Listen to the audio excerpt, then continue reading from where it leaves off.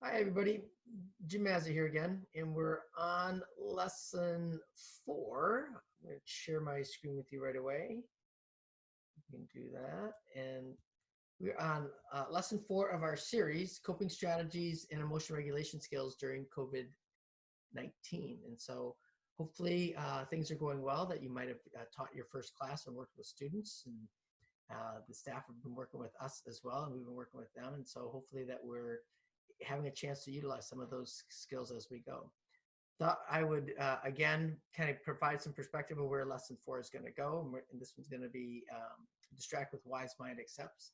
We saw this before about where this fits into that continuum, that we're still on the acceptance side, and that allows us to say, yes, things are happening, and that we can't change that. That's our reality acceptance. And you can see lessons 1, 2, 3, and 4 have all been on this one side of our seesaw, right? The one side of the balance. And so the mindfulness skills are important for us. Our awareness, the radical acceptance, pros and cons, and accepts our distress tolerance skills. And so we're going to cover today the accept skills, all right? And then after that, we'll start getting into some of the change skills as well. All right, so let's do that.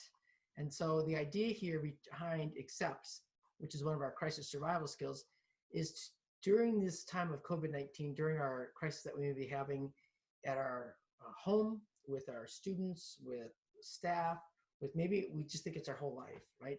Is that we want to start getting some tools in the toolbox that are going to help us kind of reduce some of that stress, some of that emotional severity that really gets in the way of us making good logical decisions, right? Or good wise-minded decisions. And so the skill that we're going to learn today is what we call distract with wise mind accepts. And so distraction during a time of a crisis can actually be very effective, right? So we're not giving into the emotional urge to react to the crisis.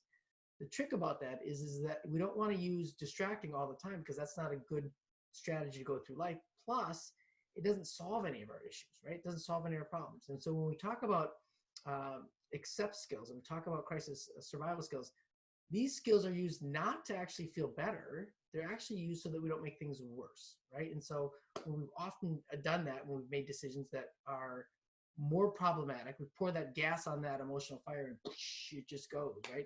And so the idea here with our toolbox here is for each one of you to create your own accepts toolbox that you can go to and have it there ahead of time, right? So we don't make good decisions. We don't think very logically in the heat of the crisis.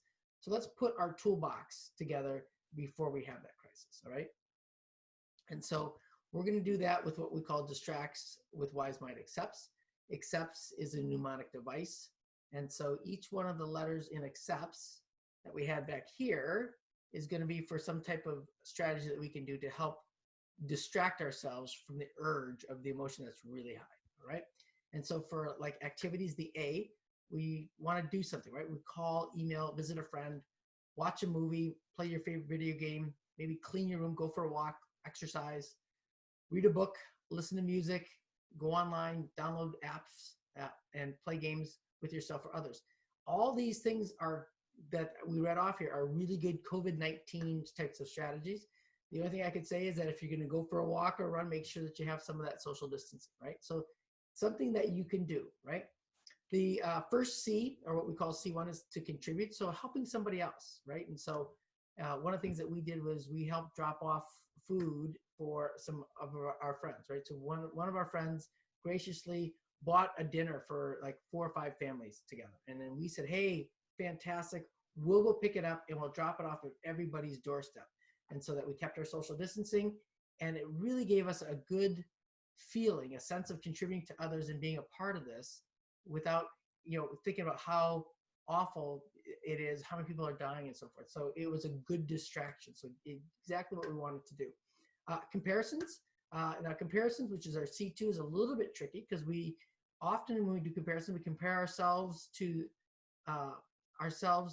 another time that we had where we were struggling, and it gives us confidence because we can get over that, because we're like, okay, I remember I did this happened 3 years ago, I was in a crisis and I managed to get through. So that could give us confidence, right? We also can do comparisons to others that are less fortunate than we are, right? And so often we can think, okay, geez, that's really tough. I should feel grateful about where I am and what I have. The thing about comparisons, though, is that sometimes we compare ourselves to those that are less fortunate, and our mind tricks us and says, oh my gosh, look at them, they're less fortunate than you are, they have less resources than you do, and they're so much happier, and you're a mess, or your life is really struggling, and that makes us even feel worse. And if that's the case, when you're trying to do comparisons, don't use it, right? There are other letters in our toolbox, other things that we can do than using C2, all right? So you don't have to do that comparison. If there is, though, a time that a comparison to your younger self helps give you confidence that you've gotten over this before, all right, then I think that you should use it, all right? The E is emotion. So the idea here is if you're angry, you want to create a different emotion. So maybe you'd watch a funny movie, right? Or maybe you'd listen to something that's soothing or upbeat. Now, if you're angry and you watch the movie like Rocky, you're going to get more angry. And if you're sad and you watch the movie Notebook, you're going to get more sad, right? And so the idea is actually to do a emotion, or look at an emotion and do the opposite of what you want that emotion to be, right? So it's going to help reduce some of that severity. It's going to distract you from the current urges that you have, right? And so other things that are in there, get active when you're sad. We know that's really important, especially if you're feeling like depressed, because we know that behavioral activation is a really good, effective, empirical, evidence-based program for depression that way. And so that's important. I would say maybe not go to a store at this point because there are other people that are going to be there. Read funny greeting cards, joke books, and so forth that you might be able to get online. All right, pushing away. So that's our P. There are times when we've got to concentrate on doing other things. And so if we're really upset, something has hurt us, or we're feeling shameful, we're feeling sad, write it down. Feeling sad, coming back to you in 1 hour, right? Feeling shame, coming back to you in 1 hour, and just put it in a drawer, right? Give it its due. You're going to give it its due.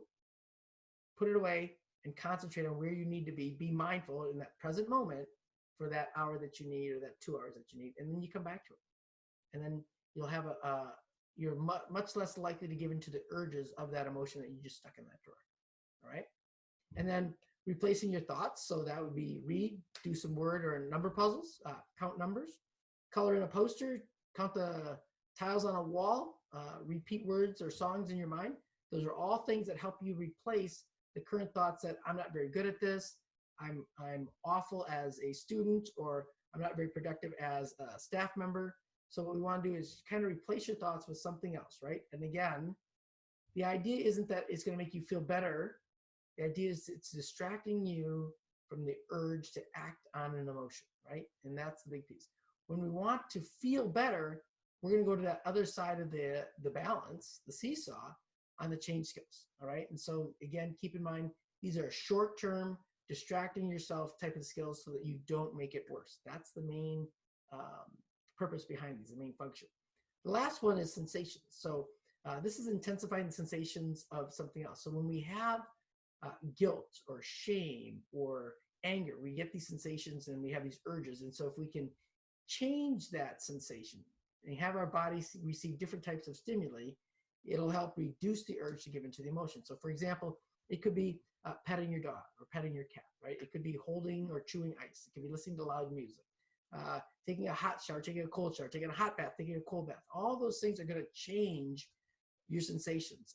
Squeeze a stress ball. You can do sit-ups or push-ups. Things along those lines would work. Now, that covers all of our letters. And it's not so important that if you say go for a run, that it's under the A and not under the S, right? Exercising could be an activity under A. It could also change your sensations under S, right? And so it's not as important to figure out which category it goes in.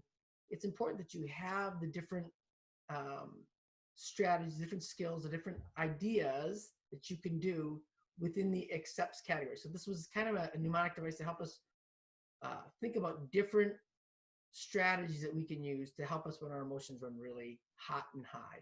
And again, the idea behind accepts is to not feel better. You might, and that's just bonus, that's icing on the cake. It's actually to not give in to the emotion urge that's running really high at that point, because that often makes things a lot worse. All right, hopefully that helps. Please go skillfully, and we'll see you for lesson 5. Take care.